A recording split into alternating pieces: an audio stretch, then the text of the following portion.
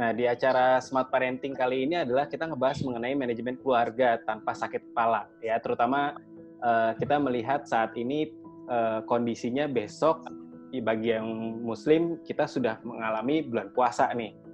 Ini akan ada perubahan baru lagi manajemen keluarganya. Ya, kalau kemarin part pertama kita ngomongin tentang kondisi diri kita sebagai orang tua. Saat ini kita ngomongin tentang keluarga, terutama nantinya di anak-anak dan remaja. Jadi akan lebih banyak fokusnya nanti di sana sih untuk hari ini. Nah, hari ini kita juga masih narasumbernya sama dengan minggu lalu, yaitu Mbak Yunilia. Jadi Mbak Yuni ini nanti bakal nge-share juga e-book ya. Nanti akan saya kasih share link, ada e-booknya yang nanti teman-teman bisa download gratis. Dan jangan lupa nanti juga bisa di-share sama teman-teman yang lainnya. Oke, nah silakan pada Mbak Yuni untuk menyapa dan sharing dulu pada teman-teman yang lain. Ya. Assalamualaikum warahmatullahi wabarakatuh. Sekali lagi, yang pertama tadi kita udah greetings. Ada Ibu Fenty, apa kabar Ibu? Selamat jumpa kembali. Ya, teman-teman sekalian, ibu-ibu, karena kita ada kamera video, saya mohon boleh dibuka semuanya, karena ini juga bagian dari awareness kita bahwa kita sedang berinteraksi. Silakan kalau udah siap boleh dibuka. Ya, terima kasih Mbak Gaby. Ya, alhamdulillah nyantai aja Mbak. Kita semuanya santai. Mbak Ayu, thank you. Ya. Nah, ya. Jadi sekarang ini kita udah masuk di bulan keberapa ya? Atau di minggu keberapa ya? Kita stay at home ini semuanya. Udah minggu kelima. Mbak Ayu, kelima ya. Saya masuk minggu keempat. Ya, kalau Mbak Ayu saya kedua, jadi kita shift-shiftan, jadi kita shift-shiftan 14 hari masuk, 14 hari WFH. WFH, ya oke. Ya Mbak Ayu di Bintaro Jaya ya kantornya ya. Ibu Fenty gimana Bu? Udah berapa lama? Saya sudah 5 minggu. 5 minggu ya, berarti sebulan. Ya. Mbak Gaby kantor di mana Mbak? Udah berapa lama Mbak Gaby di rumah? Udah sebulan lebih. Sebulan lebih, rata-rata juga. Ibu Rosyafani, Bu Rosya, kayaknya enaknya nyebutnya Bu Rosya ya. Bu Rosya boleh tampil? Oke, jadi rata-rata memang sudah 4 minggu atau 5 minggu, 1 bulan lebih ya. Nah, sebelum kita mulai, seperti biasa, saya suka, halo Bu Neneng, apa kabar? Mic-nya masih di mute Bu, boleh dibuka mic-nya. Ya, kayaknya lagi serius banget nih Bu Neneng. Bu Neneng teman saya juga di ya mundur lagi. Nah, jadi sekarang ini boleh saya tanya ya ibu-ibu sekalian sambil kita melakukan kegiatan. Ibu-ibu masih ingat nggak? Tadi pagi-pagi begitu bangun tidur setelah selesai sholat, bangun tidur kan pasti sholat dulu ya, atau langsung beraktivitas terus baru sholat gitu nunggu subuh? Gimana? Nah, saya ingin bertanya, ibu-ibu tadi setelah sholat subuh atau setelah bangun pagi, masih ingat nggak ngapain? Apa yang dilakukan? Main sama anak. Main. Boleh berbarengan jawabnya nggak apa-apa. Silakan. Mic-nya boleh dibuka Ibu semuanya. Apa yang dilakukan tadi? Masih ingat Bu? Main handphone mungkin. Main handphone, iya. Oke. Iya. Nah, jadi Bu, selama kegiatan ini kita akan melakukan aktivitas interaktif ya. Mic-nya boleh dibuka semua, saya minta videonya juga dibuka semua. Jadi saya tidak akan banyak ngomong secara kayak kuliah. Ibu-ibu kalau misalnya mau pergi, mau makan dulu, mau minum dulu atau mau snack nggak apa-apa, tapi kameranya tolong dibuka aja. Supaya saya tahu pasti bahwa ibu-ibu masih on di situ. Santai aja, nggak masalah ya. Ya, selamat datang Ibu. Jadi bagi Ibu yang udah join, boleh langsung dibuka kameranya, kita supaya bisa saling bersilaturahim ya. Jadi kenal gitu kan, siapa tahu nanti habis corona kita bisa kopi darat, ingat jadi wajahnya ya, seperti itu. Nah jadi pertanyaan tadi yang saya lontarkan, yaitu apa yang ibu-ibu lakukan pertama kali setelah bangun tidur? Setelah sholat subuh mungkin, atau setelah begitu bangun, keluar dari kamar, ngapain? Masih ingat nggak? Saya ulang lagi. Masih ingat nggak Bu? Sarapan mungkin ya. Iya, langsung sarapan ya. Nah, langsung ngolah sarapan. Iya. Kenapa saya tanyakan seperti itu? ibu-ibu sekalian, jika tadi baru bangun tidur itu lama tadi menjawab respon pertanyaan saya, ya, diam dulu kan barusan tuh ya, ada 1 detik, 2 detik saya tungguin ya, itu menunjukkan bahwa kesadaran kita itu turun, gitu ya. Saking hidup kita itu rutin selama ini. Oke, saya sambil menunggu ibu-ibu sekalian lengkap, saya mau share materinya dulu sedikit apa sih sebenarnya yang akan kita diskusikan hari ini. Nah, jadi hari ini kita akan ngebahas manajemen keluarga tanpa sakit kepala, itu judulnya ya, supaya ya sehari-hari kita selama stay home ini juga sering ada keluhan-keluhan yang namanya psikosomatis. Psikosomatis itu berasa sakit badannya tapi nggak ada penyakitnya, nah itu psikosomatis namanya. Nah itu sering sekali dialami oleh semua orang, dari mulai orang dewasa ya, anak-anak dan remaja itu. Katanya sih dari survei saya ada tadi pagi sekitar 30 anak, itu nggak banyak yang bilang merasa keganggu, enggak. Tapi kalau anak-anak itu merasa kangen sama teman, ternyata mereka jauh lebih kangen sama teman dan sekolah. Baru ngaku, ya, baru sadar. Nah, jadi selama stay home ini, saya di sini tulisnya coping skill. Coping skill itu apa sih? Keterampilan apa yang harus kita miliki pada saat kita sedang menghadapi sebuah masalah. Sekarang isu yang dialami oleh semua orang, terutama di rumah karena kita stay at home itu bosan semua bilangnya, ya. Jadi saya pengen berbagi di sini share yang ini adalah anti bosannya.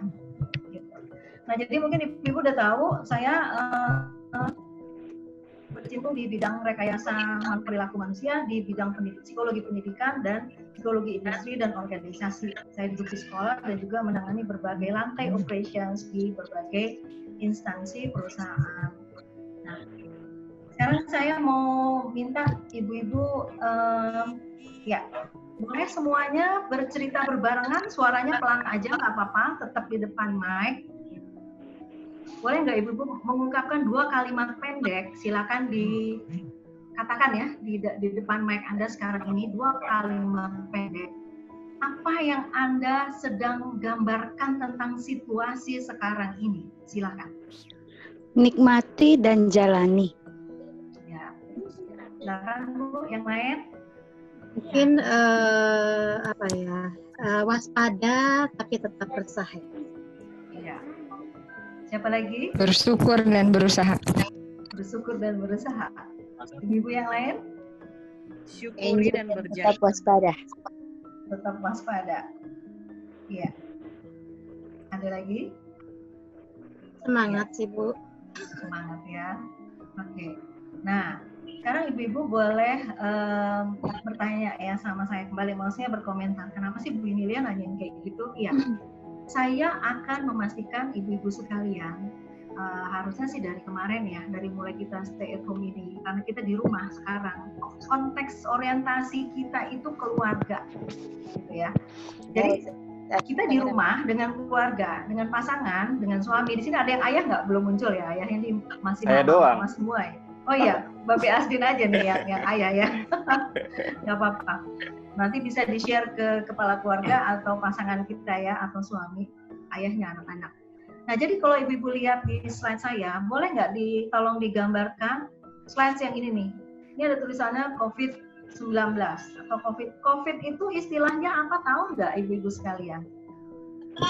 Coronavirus disease. Ya, coronavirus disease 19. Yes, wah, 100 buat Ibu Susi ya. Ya. Sekarang, kenapa ada angka 19-nya? Ya. Kenapa ada angka 19-nya di sini nih? Karena muncul di tahun 2019. Ibu Susi ya tadi ya. Bu Susi apa Bu Rusyifani nih? Bu Susi ya. Oke, tepuk tangan dulu. 100 buat Ibu Susi. Ya, betul. Berapa lama nih ibu-ibu sekalian ngelihat gambar ini dalam satu hari? Berapa kali? Dari pagi sampai malam? Banyak. Berkali-kali. Banyak. Saya berusaha menghindari. Tadinya awal-awalnya setiap menit jangan setiap menit sering. Sampai hari ini udah masuk bulan minggu kelima, masih sering ya? Masih sering lihat gambar-gambar ini tiap hari? Masih? Saya udah jarang. Saya mah udah enek Bu. Saya tidak pernah nyari Bu. Iya makanya masuk minggu ketiga, kemarin saya udah nggak mau ngeliat ini lagi. Males gitu loh. Saya nyari berita itu, Yang lain. apa yang kita lakukan melihat berita setiap saat, itu udah nggak ada gunanya. Ya, itu hasil dari apa? Kita sebagai ibu, sebagai bunda, dan ayah sebagai kepala keluarga, sebagai ayah, itu kan sekarang sebenarnya melihat memperhatikan dunia luar itu untuk melihat update kan. Kalau saya bilang update-nya itu jangan tiap menit, jangan tiap hari, tiap minggu itu baru namanya mengupdate. Karena sama, olah 2 hari berita, olah 2 hari informasi, isinya sama, terus nggak bilang, oh ini sih yang kemarin, oh ini udah di-share, udah pernah, nah berarti nggak ada yang berubah selama 1, 2, 3 hari, seminggu mungkin akan berubah. Gitu. Nah jadi kalau misalnya Bapak dan Ibu-Ibu sekalian ngelihat berita mengupdate data, itu cuma kepo doang, dan kecemasannya masih di atas. Gitu. Nah, makanya sekarang saya kasih ini.